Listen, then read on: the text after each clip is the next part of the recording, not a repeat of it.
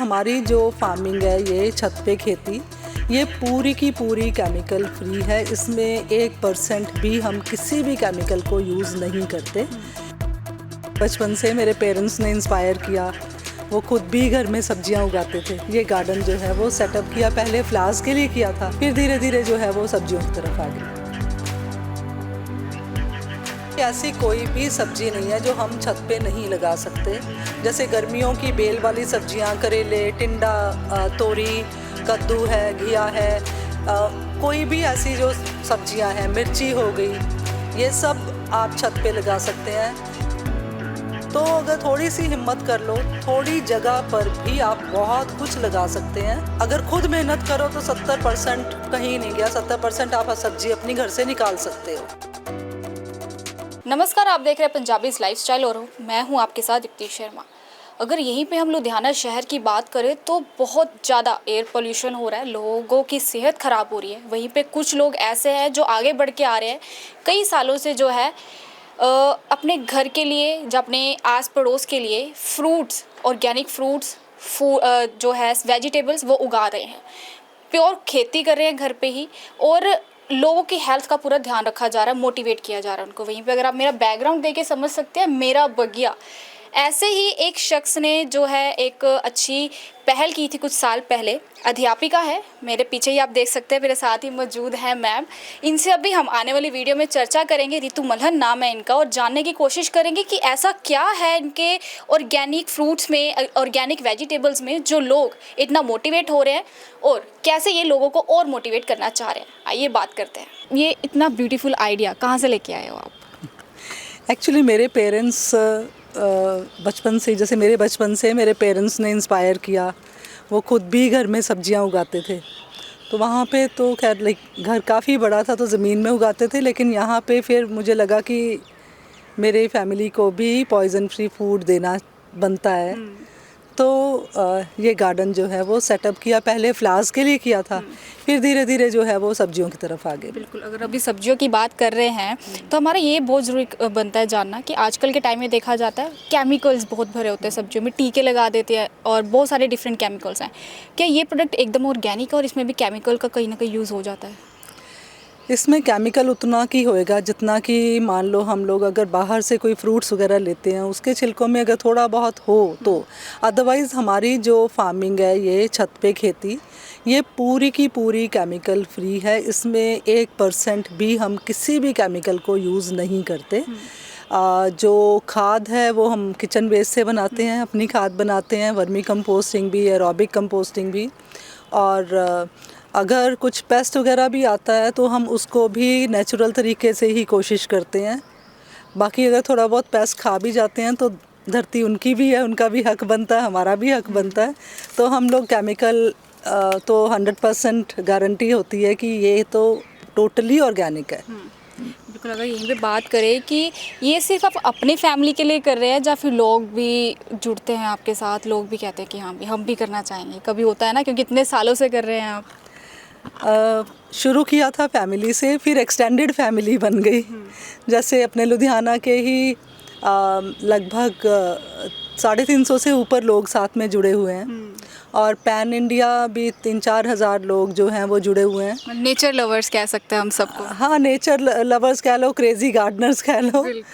तो वो सब भी, क्योंकि हर एक को अपनी फैमिली से तो प्यार होता ही है। हर कोई चाहता है कि मैं अपनी फैमिली के लिए clean air, clean water, clean food arrange करूं। तो क्लीन एयर के लिए हम खास इतना कुछ नहीं कर पाते हैं अकेले, जैसे अपने लेवल पे बहुत कुछ नहीं कर पाते, लेकिन हाँ, पानी को सेव करना और ख़ुद के लिए पॉइज़न फ्री फूड उगाना, ये तो हम थोड़ी सी मेहनत के साथ कर सकते हैं। बिल्कुल, अगर मैम यहीं पे खाद की बात करें तो ये काफ़ी सारी टेक्निकल थिंग्स भी हमें देखना पड़ता है कि कहीं पे कुछ गलत ना डाल दें, कहीं पे कुछ ज़्यादा ना हो जाए। तो उसके रिगार्डिंग आप किसी से गाइडेंस लेते हैं, या फिर आपने कोई स्टडी की है, या फिर किसी और कोई है फैमिली में जो गाइड करता है? ऐसा है कि असल मकसद में, मतलब वो लाइफ में देखो तो जहाँ से कुछ भी सीखने को मिले तो वो ले लेना चाहिए। तो गार्डनिंग में भी बहुत सारे गुरु रहे हैं, जिसमें मेन मैं नाम जो लूँगी वो मेरे अपने मम्मी पापा का ही है, क्योंकि मेरे फादर जो है वो बैंकर थे, लेकिन उनको भी खेती का शौक़ था, तो लैंड कॉन्ट्रैक्ट पे लेके वो उसमें खेती करते होते थे। तो मतलब बचपन से जैसे फादर करते हैं तो उनके नक्शे कदम पे आप चलते चलते चलते चलते नॉलेज आ गई। हाँ, ऐसा ही है। और मेरी मदर के लिए ये फेमस था कि अगर वो सूखी डंडी भी लगा देना तो वो भी हरी हो जाती है। अच्छा। तो शी हैड ग्रीन थंब, असली में उनका ग्रीन थंब था। अब तो चलो बीमार है। तो वही उन्हीं से पहले क्या होता था कि मैं मैरीगोल्ड लगाती थी, मैं और मेरा ब्रदर। मेरे मम्मा को बहुत ज़्यादा पसंद था, तो हमें होता था कि बड़े से बड़ा जो मैरीगोल्ड है वो मम्मी के लिए हम लगाएं। Special treatment. स्पेशल ट्रीटमेंट था वो। मतलब एक दिन का मदर्स डे नहीं था वो, लगातार कई मदर्स डे होता था। तो वो करते करते हम लोग जो है वो मम्मी सब्जियां लगाती थी, हम उनके लिए फ्लावर्स लगाते थे। तो इस तरह से शौक़ पड़ता चला गया। फिर नौकरी और बच्चों के कारण बीच में कुछ ये जो थम गया था सफ़र।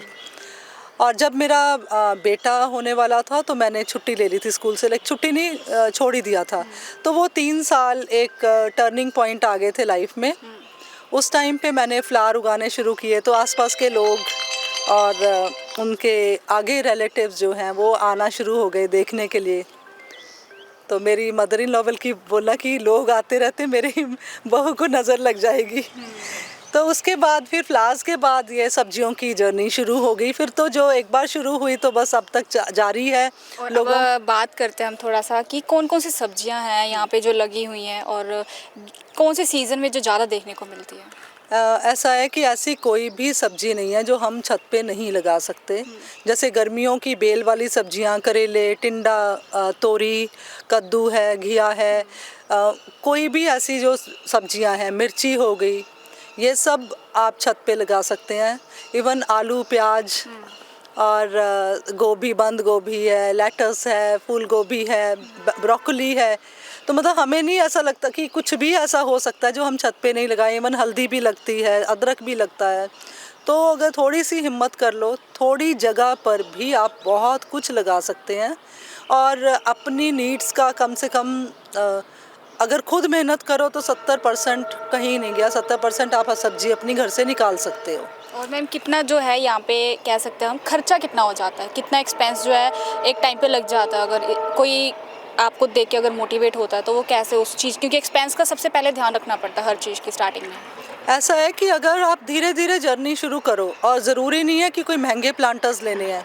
जब मैंने शुरू किया था तो मिक्सी के जग जो पुराने, कोई भी जार है घर में, सूटकेसेस हैं पुराने, तो उसमें शुरू किया था। तो खर्चा ज़रूरी नहीं है, आपके ऊपर डिपेंड करता है कि आप अपनी कितनी क्रिएटिविटी दिखा सकते हो। जैसे अभी भी आप देख सकते हो एक फ्रिज की बॉडी है, तो वो फ्रिज की बॉडी में सब्जी लगाई हुई है, उसकी मोटर वगैरह निकलवा के सिर्फ खाली बॉडी है। यहाँ पे मेरे वाटर टैंक्स हैं जो कि हमने चेंज कराए थे, उसको काट के बना दिया। ये पेंट की बाल्टियाँ हैं। तो इवन बोरियों में भी, जो सीमेंट की बोरी अगर ना ही कुछ हो तो उसमें भी हम बहुत अच्छी सब्जी लगा सकते हैं। रही बात दूसरे नंबर पे, हाँ सीड है, अगर एक बार शुरू कर लो फिर अपने सीड कलेक्शन कर सकते हो तो वही चलेगा। जैसे सस्टेनेबिलिटी की बात हम करें तो खाद वो हम अपने ही घर में फलों और सब्जियों के छिलकों से तैयार कर सकते हैं। और जैसे खट्टी लस्सी हो गई और ऐसी चीज़ें जो है वो स्प्रे कर सकते हैं। नीम के पत्ते उबाल के उसका पानी स्प्रे कर सकते हैं, जिससे पेस्टिसाइड का वो काम करेगा। तो खर्चा सोच के नहीं घबराना। हाँ, शुरू में जो मिट्टी खरीदनी पड़ेगी आपको, उसका खर्चा पड़ेगा।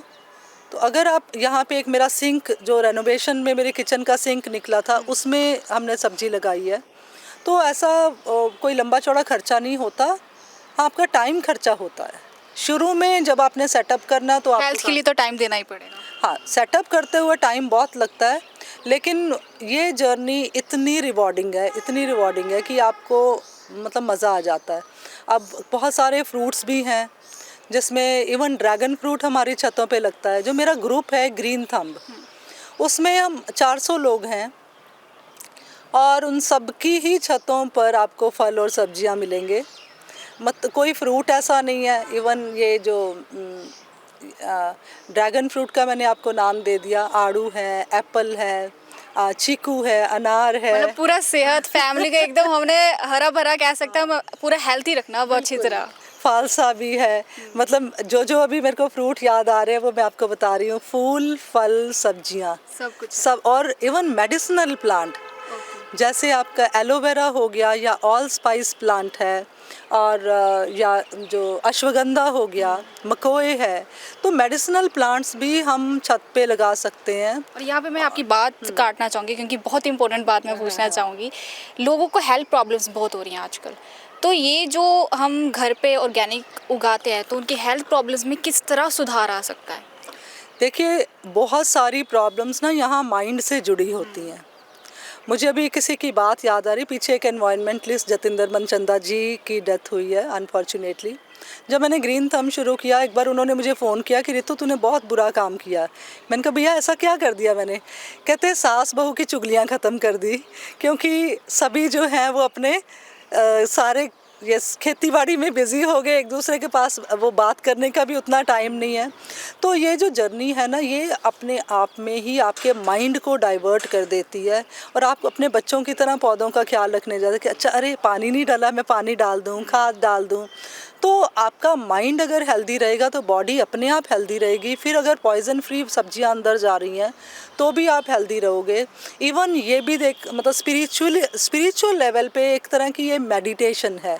जब आप मिट्टी से संपर्क में आते हो तो आपका जो रूट चक्रा है, जो गणपति जी का रूट चक्रा है, मूल जो चक्र बोलते हैं उसको, वो अपने आप ही बैलेंस होने लग जाता है। तो ये बेनिफिट लोगों को नहीं पता होता।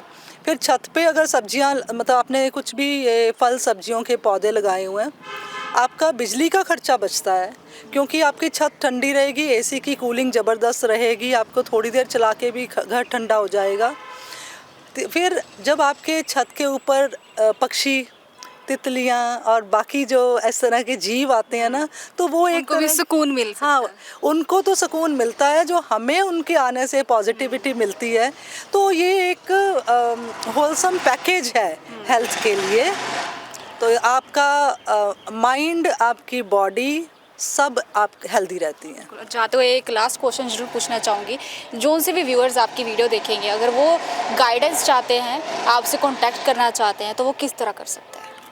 आप उनसे मेरा फेसबुक लिंक जो है वो शेयर कर दीजिए, ताकि वो मैसेंजर पे मुझे मैसेज भेजेंगे तो मैं उनको अपने ग्रीन थंब ग्रुप में ऐड कर लूँगी, जिसमें बहुत बड़ी बड़ी हस्तियां हैं, बहुत बड़े बड़े एक्सपर्ट्स हैं, जिन्होंने किताबों से कम अपने एक्सपीरियंस से ज़्यादा सीखा है। धन्यवाद मैम। तो ये थे हमारे साथ मैम, जो बच्चों को तो पढ़ाते ही हैं और साथ में साथ लोगों को भी नॉलेज दे रहे हैं कि ऐसी गार्डनिंग कह सकते हैं हेल्थ के लिए जो प्लांट्स जो है ज़रूर उगाने चाहिए।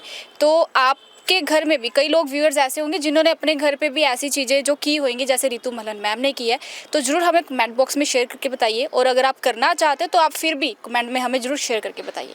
ऐसे ही और नई अपडेट्स के लिए जुड़े रहिए पंजाबी लाइफस्टाइल के साथ।